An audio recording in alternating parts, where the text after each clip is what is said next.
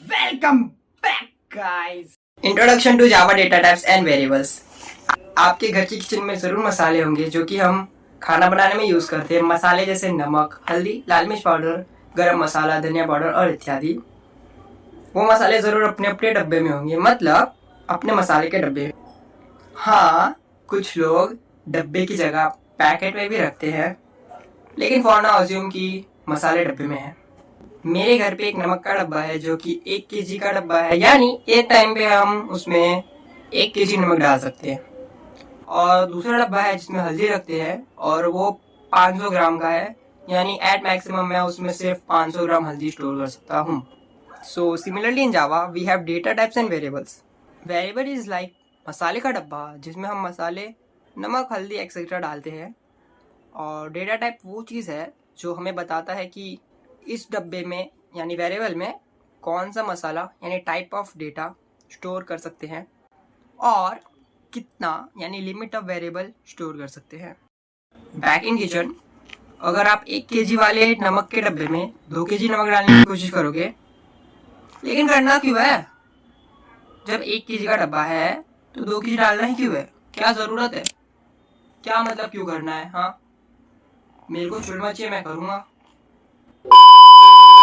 Obviously 2 KG नमक नहीं आएगा डब्बे में, और जो एक्स्ट्रा नमक डालने की कोशिश कर रहे थे आप, वो भी गिर जाएगा, यानी ओवरफ्लो हो जाएगा।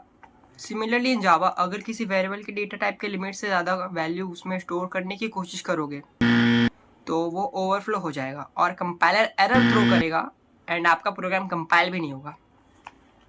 One more thing, again back in the kitchen, अगर आप अपने नमक के डब्बे में हल्दी डालोगे तो ऑब्वियस ही बात है कि अगले ही पल आपकी मुलाकात एक प्यारी से चमकती हुई फ्लाइंग चप्पल से होगी।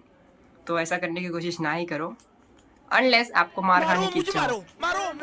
एंड सिमिलरली इन जावा, अगर आप अपने कैर डेटा टाइप वाले वेरिएबल में बुलियन वाली वैल्यू स्टोर करने की कोशिश करोगे तो वो नहीं होगा और डेटा टाइप मिसमैच वाला एरर कंपाइलर बड़े प्यार से आपको सौंप देगा एंड आपकी मेहनत से लिखी हुई प्रोग्राम कंपाइल भी नहीं होगी।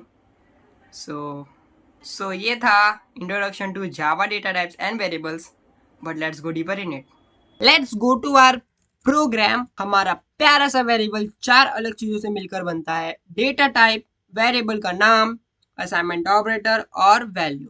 एक सिंपल एग्जांपल देखते हैं। Type int bst best equal to 7 semicolon. यहाँ पे इंट एक डेटा टाइप है, बेस्ट हमारे वेरिएबल का नाम है, 7 वैल्यू है और इक्वल टू असाइनमेंट ऑपरेटर है जो कि वैल्यू को वेरिएबल में असाइन करता है।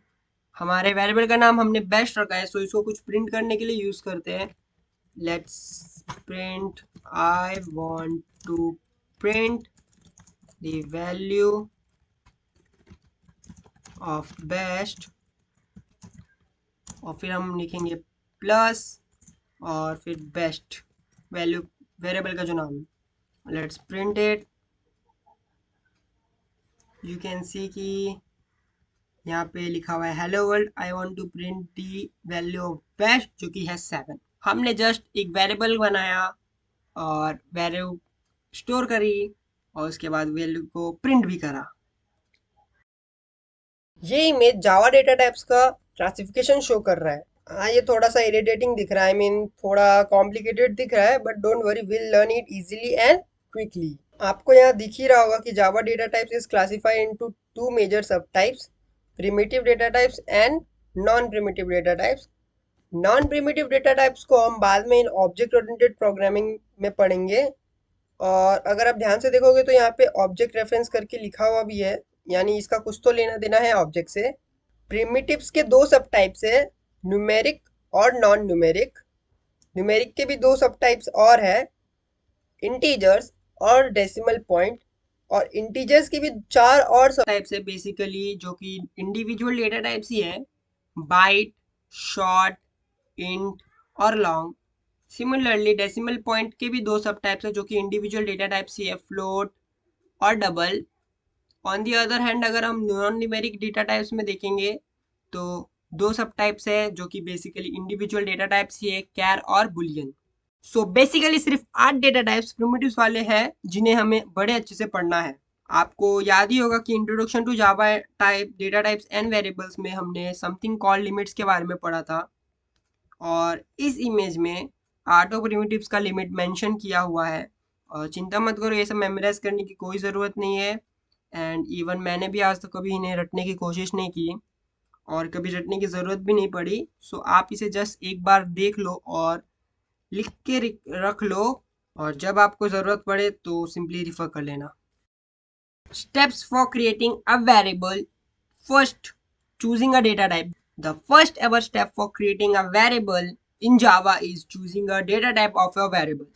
Second, choosing a name. The second step for creating a variable in Java is choosing a name of your variable. But as you all know, computer as per instruction work करते हैं और certain set of rules को follow करते हैं। जावा के भी कुछ rules है। अभी के लिए हम जावा वेरिएबल के नाम को डिक्लेयर करने में यूज होने वाले रूल्स को देखते हैं। Rule number 1, Java is case sensitive, यानी जावा के लिए बेस्ट और बेस्ट दो अलग वेरिएबल्स हैं। हालांकि ये रूल सिर्फ वेरिएबल्स के नाम पे ही सीमित नहीं है, method, class, object, interfaces etcetera, इन सब के नाम के डिक्लेरेशन के टाइम भी लागू होते हैं। Rule number 2, Java keywords can not be used as variables name. There are several keywords in Java like public, private, void, int, string, class, interface, etc. और आप अपने वेरिएबल का नाम इनमें से कोई भी नहीं रख सकते, यानी जावा कीवर्ड्स को एज अ वेरिएबल नेम नहीं यूज कर सकते। Rule number 3, upper case A to Z, lower case A to Z, 0 to 9 and dollar underscore are allowed only. आप अपने वेरिएबल के नाम में इनमें से कोई भी यूज कर सकते हो, but it should not start with a, लेकिन आप डिजिट्स को इन बिटवीन कहीं भी यूज कर सकते हो। रूल नंबर 4, वाइट स्पेसेस और tab spaces are not allowed. हम अपने वेरिएबल को code space with space copy नहीं नेम दे सकते, इंस्टेड हमें code underscore with underscore copy या कोड विथ कॉपी यूज कर सकते हैं। Rules are very simple for declaring the variables name, बस थोड़ा कॉमन सेंस लगा और मैंने रूल्स तो बता ही दिए। And top of all that we are using visual studio code, तो अगर कुछ इनकरेक्ट या इलीगल करोगे तो VS code directly red wavy line यूज के नीचे अंडरलाइन कर देगा, तो आपको समझ जाएगा कि यहाँ कुछ तो गड़बड़ है, तो चिंता की कोई बात ही नहीं है। Third step for creating variable, assigning the value. The third and final step for creating a variable in Java is assigning the value to the variable. और ये हम इक्वल टू यानी असाइनमेंट ऑपरेटर को यूज करके करते हैं। Remember, हमेशा assignment operator के लेफ्ट साइड में वेरिएबल होता है और राइट साइड में उसकी वैल्यू। इंटीजर्स वो नंबर होते हैं जो डिस्क्रीट होते हैं, यानी काउंटेबल बाय फिंगर्स, मतलब नंबर्स लाइक 1 2 3 57 102 -143 एक्सेट्रा 0। हाँ, ये सब इंटीजर्स होते हैं। हमने अभी एक इंट वेरिएबल बनाया था जो कि ये है, और for creating a variable of integers, चारों इंटीजर्स जो कि बाइट, शॉर्ट, इंट, लॉन्ग, इन चारों इंटीजर डेटा टाइप्स के वेरिएबल को अगर हमें बनाना है तो सेम मेथड यूज होता है जैसा हमने यहाँ पे यूज किया था। सो विल टाइप बाइट, पहले बाइट का वेरिएबल बनाते हैं, var1 इक्वल टू बाइट का मैक्सिमम वैल्यू कितना था 127। फिर बनाते हैं एक शॉर्ट का वैल्यू वेरिएबल जिसका नाम देता हूँ var2, इसका वैल्यू मैं ले लेता हूँ समथिंग लाइक इतना, ज़्यादा हो गया इतना। फिर इंट का वेरिएबल बनाने की ज़रूरत नहीं, हम उसको यूज़ कर लेंगे। पहले लॉन्ग का बना देते हैं var4, और लॉन्ग का है लगभग इतना। और इंट को ये यहाँ से मैंने उठाया और यहाँ पे प्रिंट कर दिया। इंट का वैल्यू दे देते हैं समथिंग लाइक, ओ भाई क्या कर दिया मैंने, के वैल्यू को मैं लगभग लाइक इतना दे देता हूँ, और लॉन्ग की वैल्यू थोड़ी और बढ़ सकती है। सो हमने चार वेरिएबल बना दिए और चारों वेरिएबल को असाइन कर दिया। Let's print value var1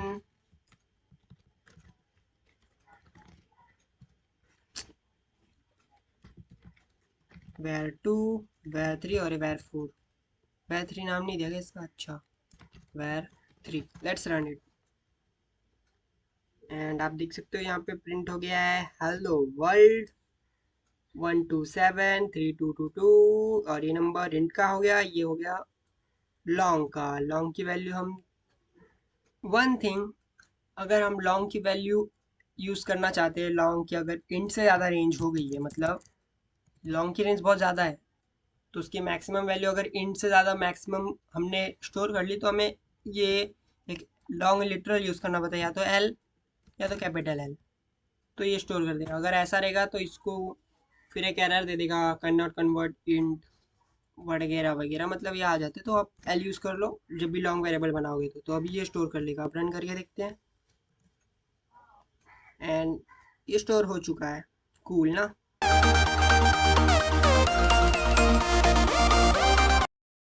decimal point मतलब numbers which represent fractional values, या सिंपली कहे तो डेसिमल पॉइंट वाले नंबर्स लाइक 31.23 माइनस 17.19, 3.14, 11/3, 19/7 एक्सेट्रा। हमें अगर एक डेसिमल पॉइंट वाली वैल्यू स्टोर करनी है तो हमें लगेगा डबल या तो फ्लोट का वेरिएबल। ज़्यादा फर्क नहीं है डबल या फ्लोट के वेरिएबल्स में, बस फ्लोट की accuracy as compare to double थोड़ी कम होती है।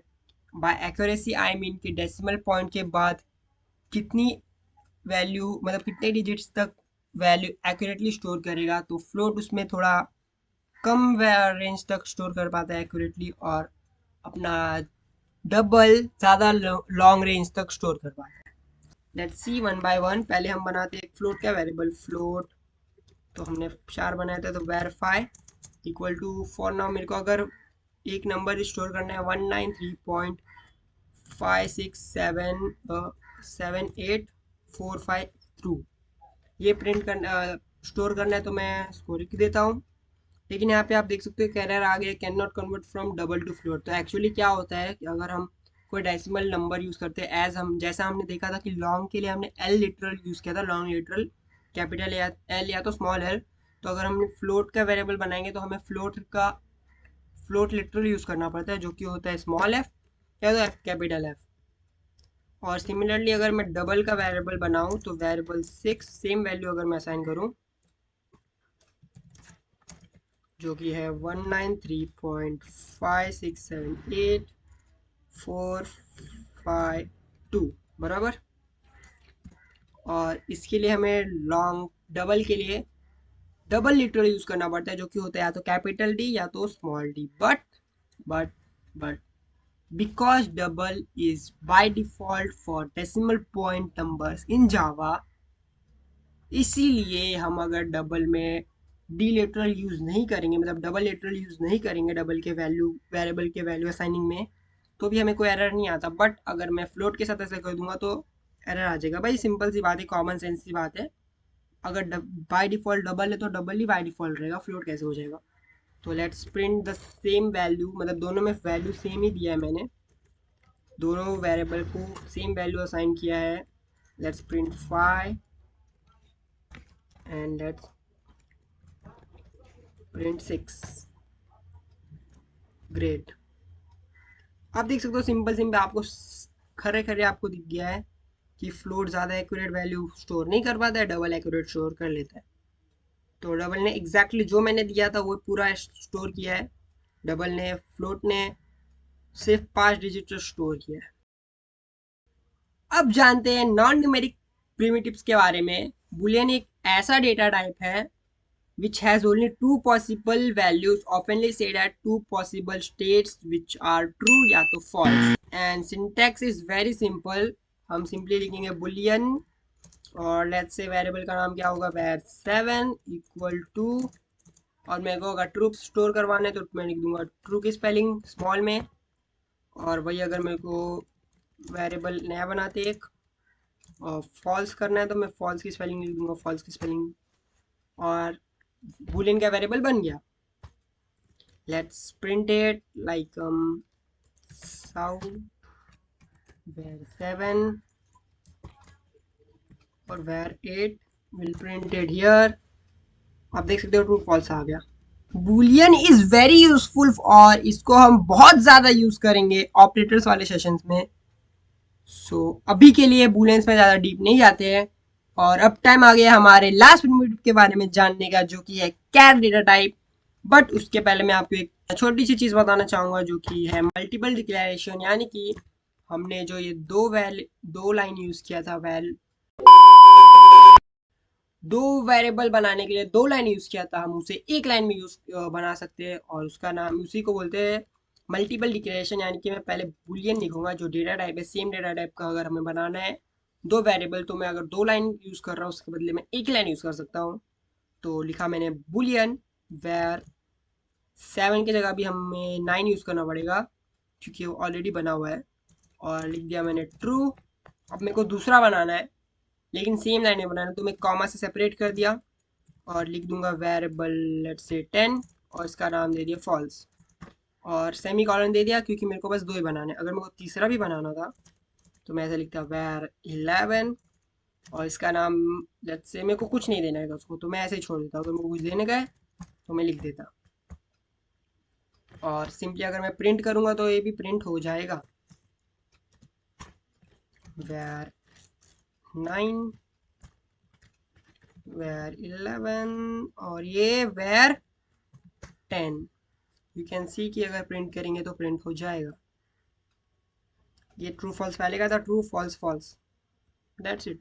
और अगर मेरे को असाइन नहीं करना है तो छोड़ दूंगा, बट एक्चुअली क्या इशू होता है कि अगर वैल्यू असाइन नहीं होगा तो हम इसे यूज़ नहीं कर सकते। और यहाँ पे लिखा हुआ है local variable var 11 may not have been initialise, यानी कि हमें अगर यूज़ करना है वेरिएबल तो हमें उसे इनिशियलाइज करना पड़ता है, तो हमें ये लाइन हटानी पड़ेगी तो एरर नहीं आएगा। तो ये था multiple declaration. Let's go to char data type.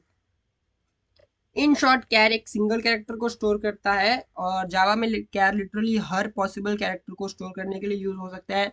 उसके पीछे का सिंपल कारण है क्योंकि जावा कैर वैल्यू को स्टोर करने के लिए यूनिकोड यूज करता है।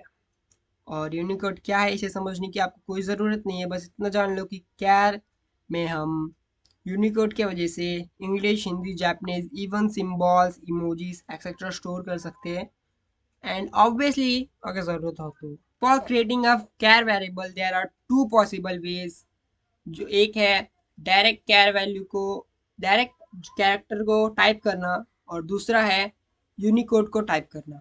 तो पहले हम लिखते हैं कैर वेरिएबल का नंबर होगा 12, और अगर मेरे को के स्मॉल के कैरेक्टर को लोअर केस के यानी कि स्मॉल के इसको मेरे को स्टोर करना है तो मैं उसको सिंगल कोट के अंदर लिखूंगा, यानी कि ऐसे सिंगल इन्वर्टेड कॉमा के अंदर। डायरेक्ट लिखना अलाउड नहीं, वो इलीगल होता है।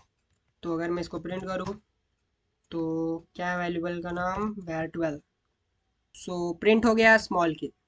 और दूसरा तरीका था कैर वेरिएबल को स्टोर करने का, मतलब कैर वेरिएबल को बनाने का, वो है यूजिंग यूनिकोड। अब यूनिकोड फॉर स्मॉल लोअर मतलब लोअर केस के is you plus 006b। You मतलब यूनिकोड और ये जो 4 डिजिट्स है वो है कोड। सो हम यहाँ पे स्केप सीक्वेंस यूज करेंगे फॉर यूजिंग यूनिकोड। और वैल्यू असाइन करने के लिए सिंपली पहले तो मैं सिंगल इन्वर्टेड कॉमा बनाऊंगा, उसके अंदर मैं बैक स्लैश लिखूंगा, फिर लिखूंगा यू।